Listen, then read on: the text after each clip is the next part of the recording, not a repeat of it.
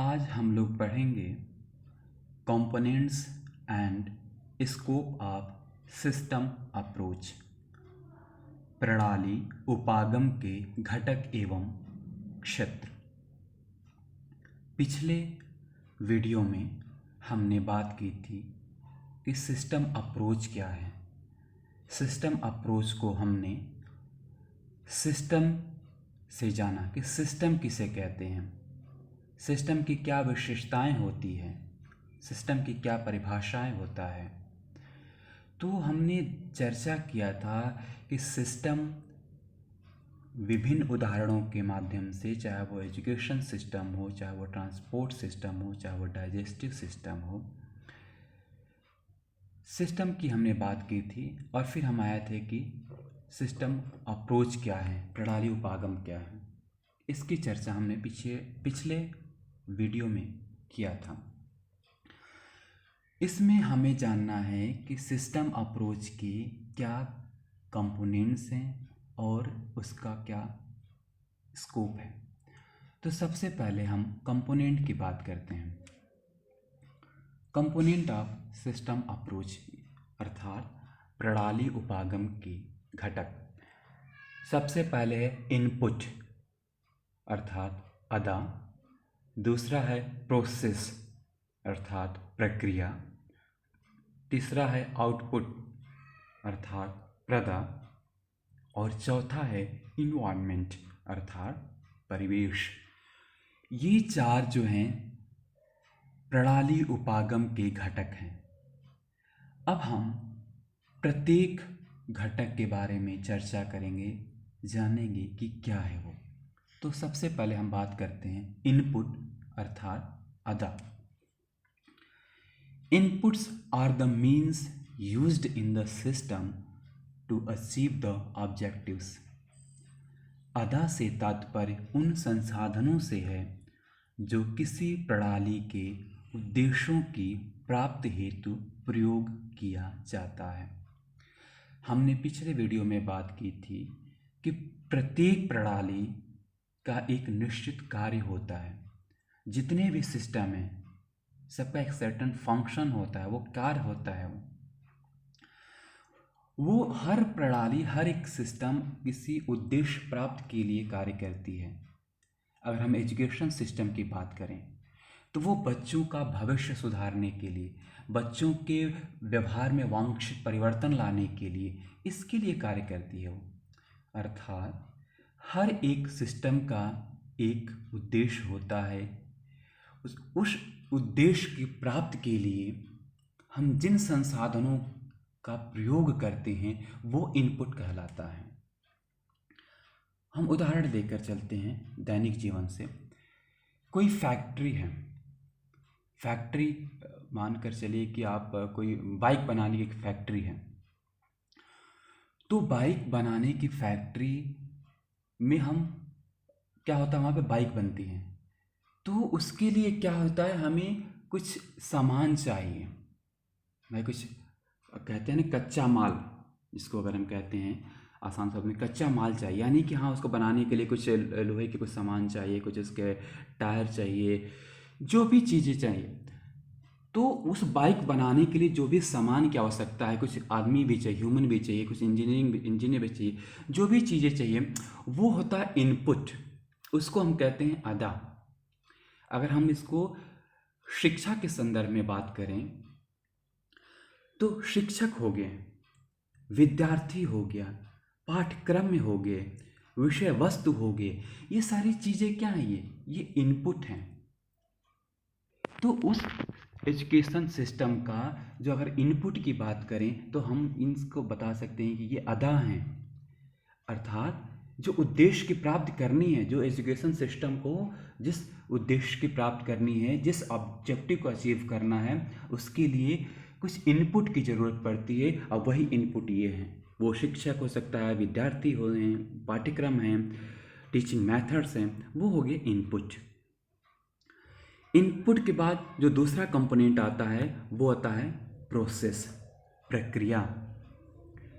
Process refers to what goes on in a system.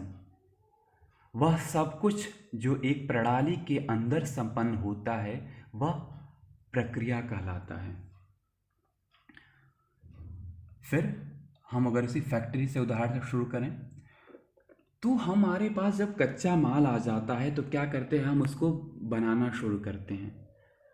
हम bike बनाने की प्रक्रिया अपनाते हैं।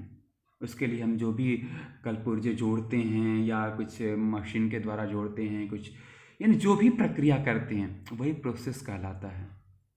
अगर हम एजुकेशन सिस्टम की बात करें तो जब हम कक्षा में जाकर बच्चों को पढ़ाते हैं, जो टीचिंग मेथड है, जो विभिन्न प्रकार के स्ट्रेटजीज़ हैं कि हाँ ठीक है ये समावेशी कक्षा है, इसमें बच्चा दृष्टिबाधित बच्चा भी है, हियरिंग इम्पेयरमेंट वाले बच्चे हैं, स्लो लर्नर वाले बच्चे भी हैं, बहुत इंटेलिजेंट बच्चे भी हैं, एक समावेशी कक्षा है वो। तो उसमें हमें पढ़ाने के लिए किस विधि का या किस कहा जाए कि विव का, स्ट्रेटजीज़ का हमें प्रयोग करना होगा और शिक्षक उसका प्रयोग करता है कि हाँ ठीक है कक्षा में दृष्टिबाधित बच्चा है तो उसके लिए एम्बोज्ड टीएलएम प्रोवाइड करता है, उसके लिए ब्रेल में सामग्री देता है वो। वहीं पे अगर वो एक हियरिंग इम्पेयर्ड बच्चा है उसके लिए वहाँ पे एक साइन लैंग्वेज इंटरप्रेटर रखता है या चार्ट का प्रयोग करता है, ब्लैक बोर्ड पे मुख्य पॉइंटों को लिखता है वो। तो वो सब क्या होगी, वो प्रक्रिया होगी। यानी जो चीज़ें उस क्लासरूम में करता है, शिक्षक करता है, जो विधियाँ अपनाता है, जो मेथड अपनाता है, वो सब प्रक्रिया हो गया। तो जो दूसरा कंपोनेंट प्रक्रिया का है कहते हैं उसको अर्थात प्रोसेस। फिर आता है नेक्स्ट जो है आउटपुट, प्रदा। प्रदा क्या है, output is the product of a system, अर्थात वह सब कुछ जो एक प्रणाली द्वारा उत्पादित किया जाता है उसे हम कहते हैं प्रदा। उदाहरण अगर हम उसी कारखाने से शुरू करें तो जो बाइक बनकर निकलती है, जो नई बाइक बनकर निकलेगी उस कारखाने से, वो हो गया आउटपुट। उस सिस्टम का, उस फैक्ट्री के सिस्टम का वो आउटपुट हो गया वो बाइक, नई बाइक जो बनकर निकली है। और एजुकेशन सिस्टम में करें, एजुकेशन सिस्टम में क्या होगा, अगर हमने बात किया कि अगर बच्चे को हम पढ़ा रहे हैं, शिक्षक पढ़ा रहा है, प्रोसेस हुआ और उस प्रोसेस के द्वारा उस समावेशी शिक्षा के सभी बच्चे अच्छे मार्क्स पा रहे हैं वो, या अगर हम जो वांछित बिहेवियर, वांछित व्यवहार जो हम चाहते थे वो हो रहा है वो, तो वो हो गया उसका आउटपुट।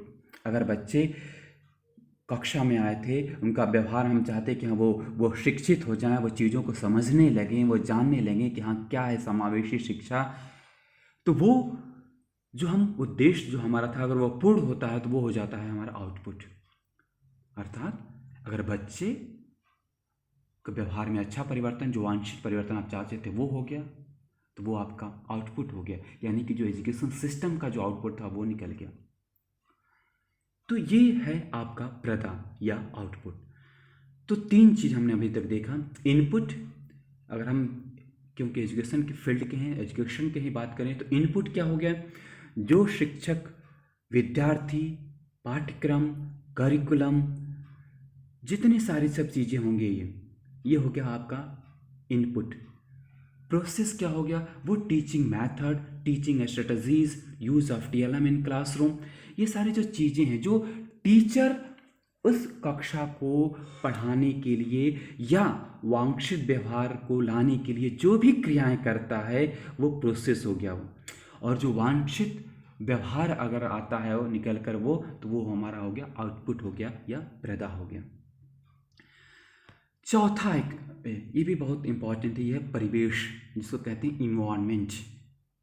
क्या है ये, environment refers to those situation, elements and limitation under which a system works. परिवेश से तात्पर्य परिस्थितियों, तत्व एवं सीमाओं से है जिनके अंतर्गत एक प्रणाली कार्य करती है। क्या हो गया है, फिर हम इसको उदाहरण के माध्यम से फिर चलते हैं। जो फैक्ट्री काम कर रही है, फैक्ट्री किस एरिया में है, उस एरिया के लोग क्या है सपोर्ट कर रहे हैं कि नहीं कर रहे हैं वो, वो जो मजदूर हैं उनका व्यवहार कैसा है, वो काम करने वाले हैं कि नहीं करने वाले हैं, वो वहाँ का जो कहा जाए कि आसपास के लोग हैं वो ऐसा तो नहीं कि हमेशा धरना पे बैठ रहे हैं, हमेशा जो है कि तोड़ फोड़ कर रहे हैं वो। तो वो हो गया परिवेश, यानी कह रहा है कि those situation elements and limitation under which a system work, उसको हम कहते हैं इन्वायरमेंट। हम अगर अपने शैक्षिक शिक्षा से संबंधित उदाहरण लें तो इनपुट प्रोसेस आउटपुट तो ठीक है, लेकिन जो एक सिस्टम है जरूरी नहीं हो कि वो परिवेश या इन्वायरमेंट से वो उसका कोई रिलेशन हो, ये जरूरी नहीं हो सकता है वो। लेकिन इन्वायरमेंट जो है वो प्रभावित करती है उस सिस्टम को। मैं एक और उदाहरण देता हूँ, फिर आते हैं हम शिक्षा से संबंधित उदाहरण पे। घड़ी आपने देखा होगा, पेंडुलम घड़ी, इसमें पेंडुलम मेटल का बना होता है, वो लटकता है वो। तो जो पेंडुलम घड़ी है, जाड़े के दिन में, ठंड के दिन में उसका जो साइज है, जो पेंडुलम का जो साइज है वो कम हो जाता है, और गर्मी में उसकी साइज जो है वो बढ़ जाता है, क्योंकि वो मेटल का बना होता है वो। तो क्या होगा, उससे क्या फर्क पड़ेगा, समय गलत बताने लगेगा। तो इन्वायरमेंट, क्योंकि घड़ी भी क्या है, घड़ी भी एक सिस्टम है। घड़ी में भाई सुइयाँ हैं, बैटरी लगा हुआ है, सब कुछ आपने इनपुट दिया हुआ है, सुइयाँ उसके कंपोनेंट है। अगर उस जो भी घड़ी में जो आवर की, घंटे की, या कहिए मिनट्स की और सेकेंड की, अगर आप जो सुइयाँ हैं उसको हटा दीजिए तो अलग कोई नहीं होगा, सब अलग अलग हो जाएंगे वो। लेकिन सभी जब एक साथ कार्य करते हैं तो वो आपका एक सिस्टम बन गया है घड़ी। तो वो घड़ी में कह रहा है, जो पेंडुलम है उसका साइज इंक्रीज और डिक्रीज होता रहता है वो गर्मी और जाड़े में। तो वो जरूर, घड़ी से कोई रिलेशन नहीं है उसका इन्वायरमेंट का, घड़ी को कोई फर्क नहीं पड़ रहा इन्वायरमेंट से, कोई इसका संबंध नहीं है, वो घड़ी अपना चल रही है वो। लेकिन जो परिवेश है, जो इन्वायरमेंट है, वो उसको प्रभावित कर रहा है। उसके पेंडुलम की लंबाई छोटी बड़ी हो रही है वो, जिससे क्या प्रभावित होगा, समय प्रभावित होगा। तो अगर उस घड़ी में ऐसी सुविधा नहीं हो कि उस जो वातावरण को, उस परिवेश को परिवर्तित कर सके, उस परिवेश को अडॉप्ट कर सके वो, तो समय गलत बताने लगेगा वो।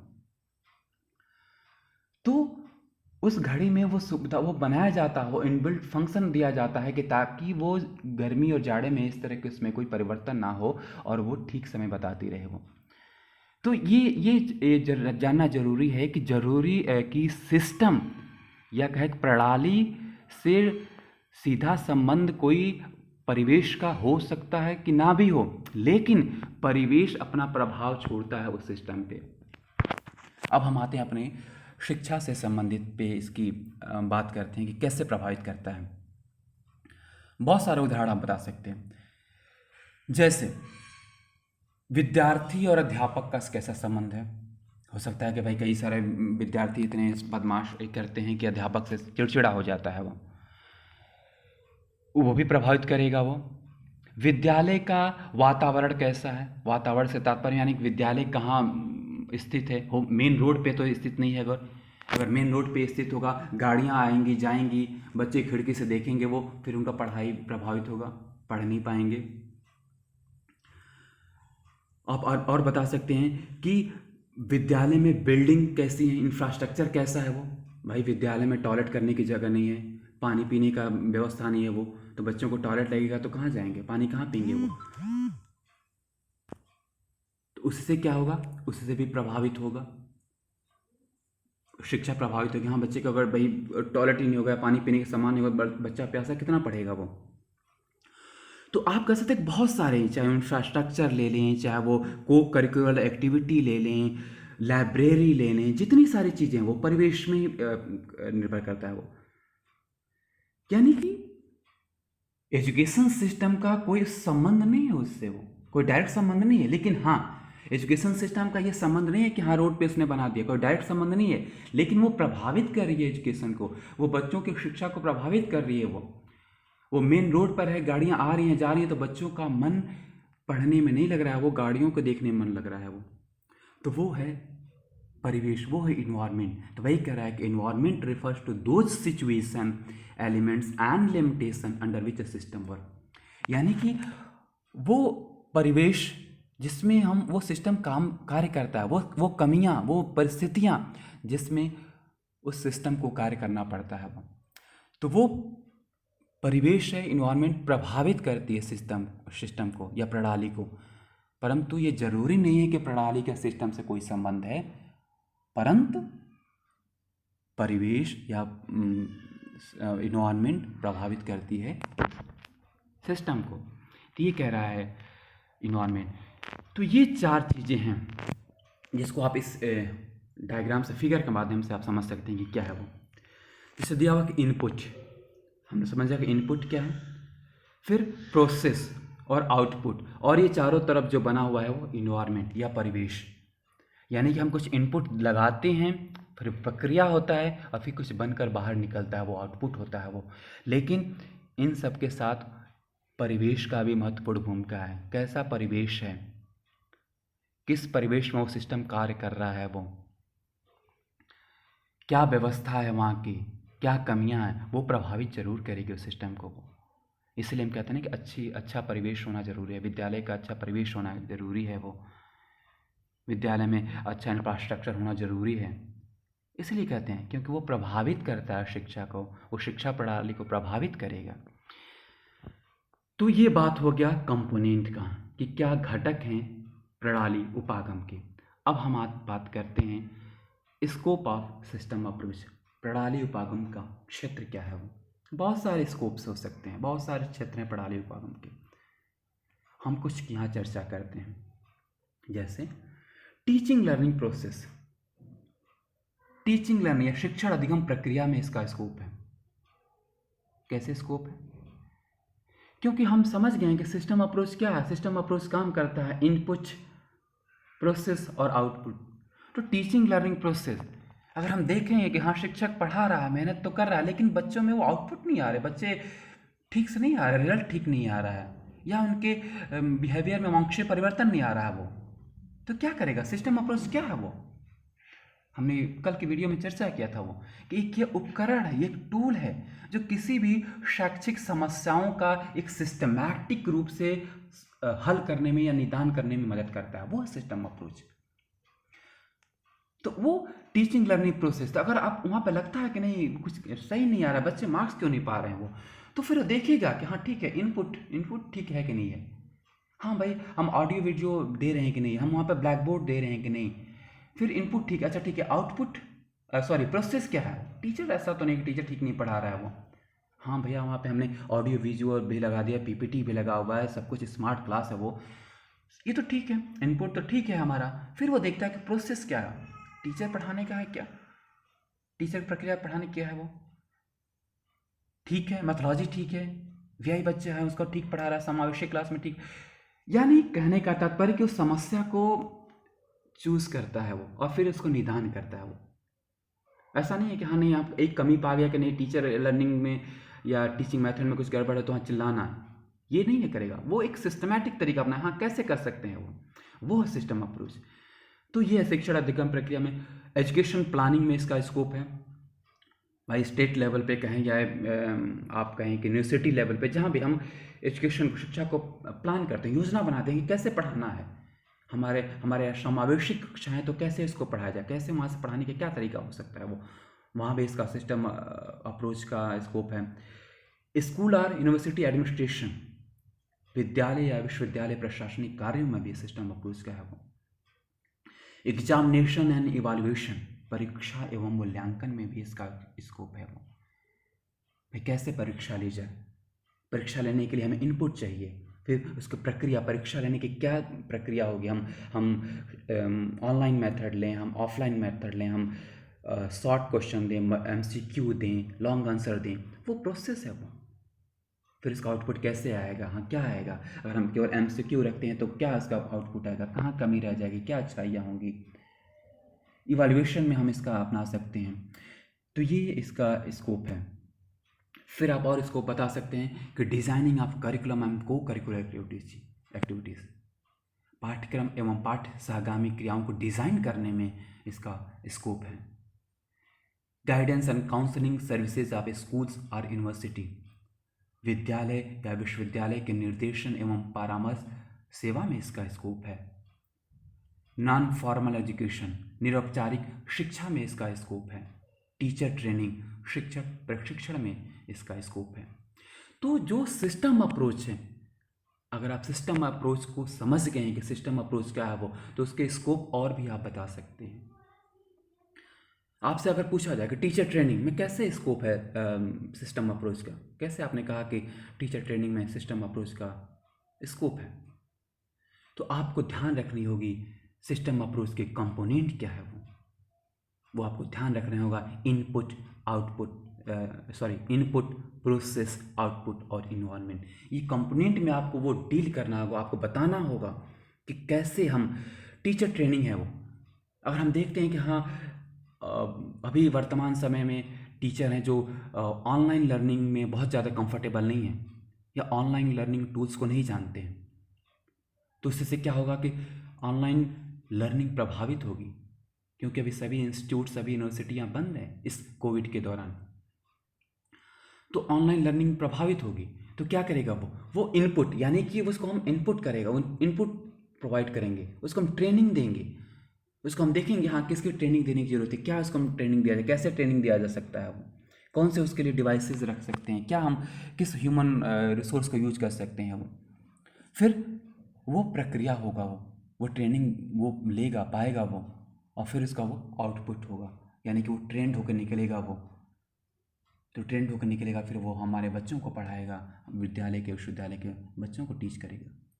और फिर उससे हमें ध्यान रखना चाहिए कि इन्वायरमेंट क्या है, वो ट्रेनिंग दे रहे हैं तो ऐसा तो नहीं केवल खाना पूर्ति तो नहीं हो रहा है, ट्रेनिंग देने, हाँ बिल्कुल एक विधिवत ट्रेनिंग हो, उनसे क्रियाएं भी करवाई जाए, केवल लेक्चर मेथड ही ना दिया जाए। जब हम उपकरण के यूज़ करने की या ऑनलाइन लर्निंग टूल्स के प्रयोग करने की बात कर रहे हैं, तो उस ट्रेनिंग में उनसे प्रयोग भी करवाया जाए। तो इस तरह से ये सिस्टम अप्रोच हर जगह लागू हो सकता है। शिक्षा के क्षेत्र में हमने कुछ उदाहरण बताया। तो आज का हमारा विषय यही था। वो मैं पुनः एक बार पुनरावृत्त करना चाहता हूँ कि हम लोगों ने आज क्या क्या पढ़ा। हमने पढ़ा कि क्या कंपोनेंट्स हैं सिस्टम अप्रोच के, या कहा जाए कि प्रणाली उपागम के कौन से घटक हैं और प्रणाली उपागम के क्या क्षेत्र हैं वो। तो घटक में हमने मुख्य 4 घटक की बात की थी, जो हैं इनपुट, प्रोसेस, आउटपुट और इन्वायरमेंट। ये आपको पता होना चाहिए कि इनपुट क्या है वो, प्रोसेस किसे कहते हैं, आउटपुट क्या है और इन्वायरमेंट या परिवेश क्या है वो। विभिन्न उदाहरणों के माध्यम से आप इसको समझने का प्रयास करिए, बताने का प्रयास करिए, चाहे वो एजुकेशन सिस्टम का भी हो, चाहे वो ट्रांसपोर्ट सिस्टम का हो, चाहे डाइजेस्टिव सिस्टम का हो, ये सब सिस्टम में ये लागू होगा ये कंपोनेंट। फिर हमने बात किया था कि क्या इसका स्कोप है, तो इसका स्कोप बहुत विस्तृत है, बृहद है, जहाँ भी अगर आप लगाएं वहाँ पे आप बता सकते हैं कि स्कोप इसका क्षेत्र ये है वो। उसके लिए आवश्यक है कि आपको उसके कंपोनेंट ध्यान में रखने चाहिए कि हाँ हम इसको अगर हम टीचिंग लर्निंग में लगा रहे हैं, इसका प्रयोग करें, या एग्जामिनेशन में सिस्टम अप्रोच का अगर हम क्षेत्र की बात करें तो कैसे कर रहे हैं, कैसे हो सकता है, कैसे हम इसको लागू कर सकते हैं। तो हमने ये आज चर्चा किया। तो आज हम इतना ही रहने देते हैं। Thank you so much.